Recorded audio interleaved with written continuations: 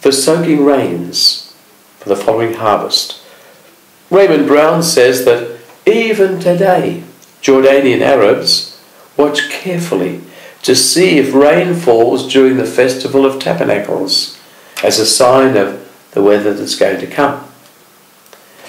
In the great prophet Zechariah, in chapter 14, we see the reading about living waters flowing from Jerusalem to the Dead Sea and to the Mediterranean.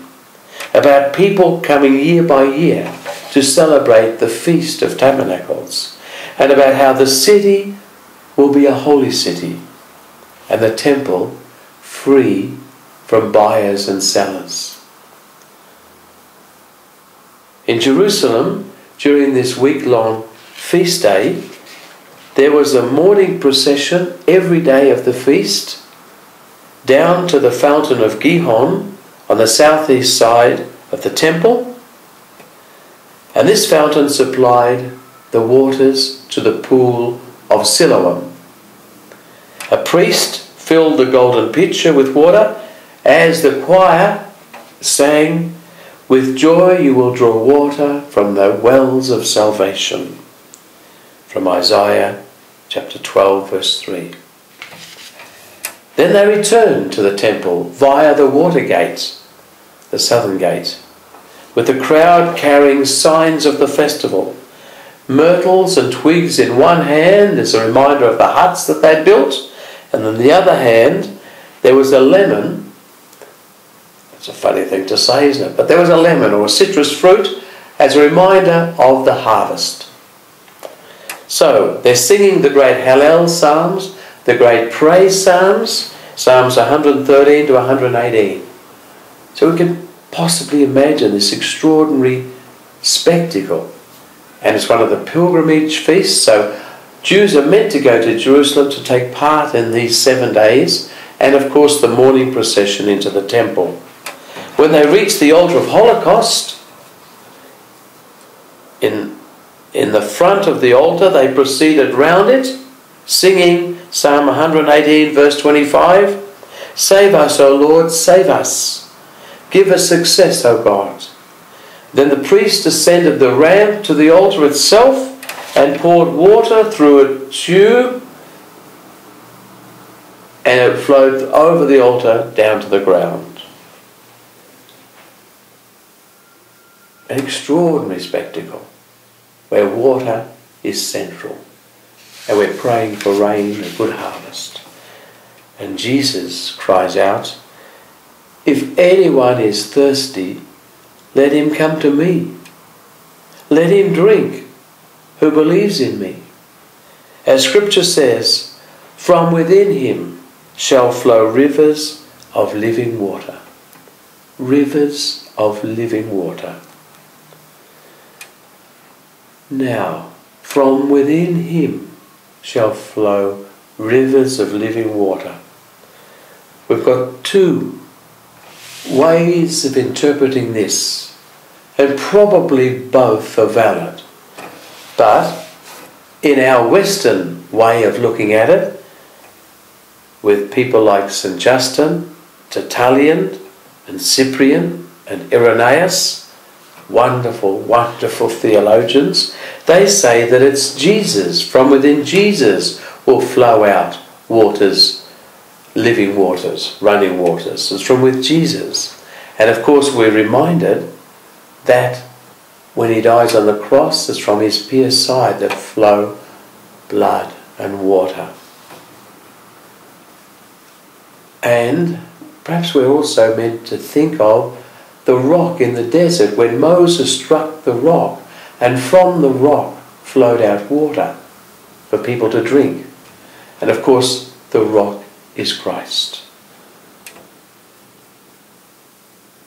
They drank from the spiritual rock that followed them, and the rock was Christ, says St. Paul in 1 Corinthians. That's the Western tradition, and it's a strong tradition. But the Eastern tradition says that, and we're going to go back to the brilliant Origen and all the Eastern fathers and mothers say it's the believer.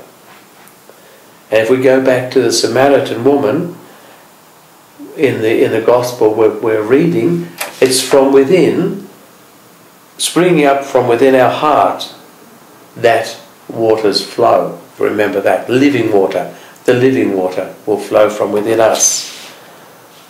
So we can take both as being true. From within Christ, from Christ flows living water, but from within us flows living water. We should just add a couple of little things. Now, St. John is full of the Exodus, which is a stunning thing. If we've ever studied the book of Exodus, we'll perhaps sense that John has many intimations of that special book and that special time in the Jewish story. We've got in the first chapter the Paschal Lamb, the Lamb. We've got the brazen serpent in the story of Nicodemus. We've got manna in the desert in John chapter 6, the bread of life. And we've got the rock struck by Moses in this chapter. But also, as well as the Exodus, we've also got the apocalyptic images from two prophets, Zechariah and Ezekiel. And they speak of future rivers flowing, where water is flowing from the temple, flowing from Jerusalem.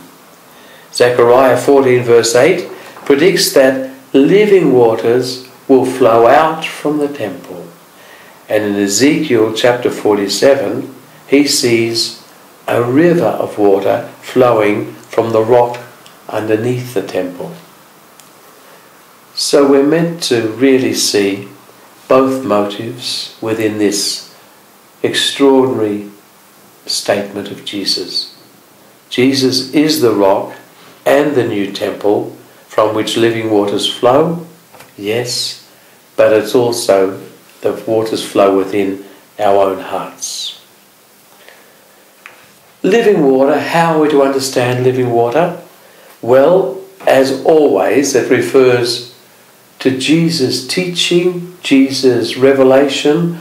Once we understand Jesus and accept Jesus, then the living water is within us. But also it refers to the Spirit, the Holy Spirit. And of course that's the next verse, isn't it? In brackets almost. He was speaking of the Spirit that one day believers were to receive. And of course that's also true. It's our acceptance of Jesus, His wisdom, His word. It's the Spirit within us. Okay. The reaction to Jesus takes up the rest of this chapter. The reaction to what He's saying shows us, and it shows us that the Jewish authorities can never quite get it right in the Gospel of St. John. They reject Him as a Galilean because the Messiah must come from Bethlehem. And of course you and I know, don't we, that that's where He was born. The temple police are very impressed by Jesus, but of course the Sanhedrin isn't. Except that even there's one man, Nicodemus, who stands up for truth and justice. He's obviously a very good man. So there are just different reactions to Jesus, but on the whole, it's the Sanhedrin that has massive problems in understanding who Jesus is. Let's now go to the third section, a beautiful section, the story of the woman caught in the act of committing adultery. It's the last verse of chapter 7 and the first 11 verses of chapter 8. Now, isn't it interesting how the Gospels are put together, edited and so on? Because this story is not found in any important Greek text of John's Gospel in the whole of the Eastern world. And there are no great theologians